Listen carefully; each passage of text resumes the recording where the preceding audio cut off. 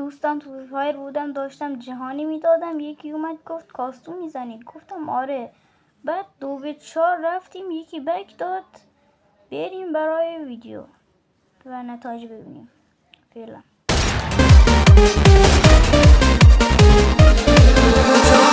لیلا جایان مادر ایمت کوتاه بیایا جفا نکویا من دستایم تشین شدایم بیشی درایی شیتم نکایا نه جایان کاری بکایا نظری بکایا امام زاده هیا ما جزایم روا بشایا کرد دلایم دوا بشایا حاجتایم روا بشایا کرد دلایم دوا بشایا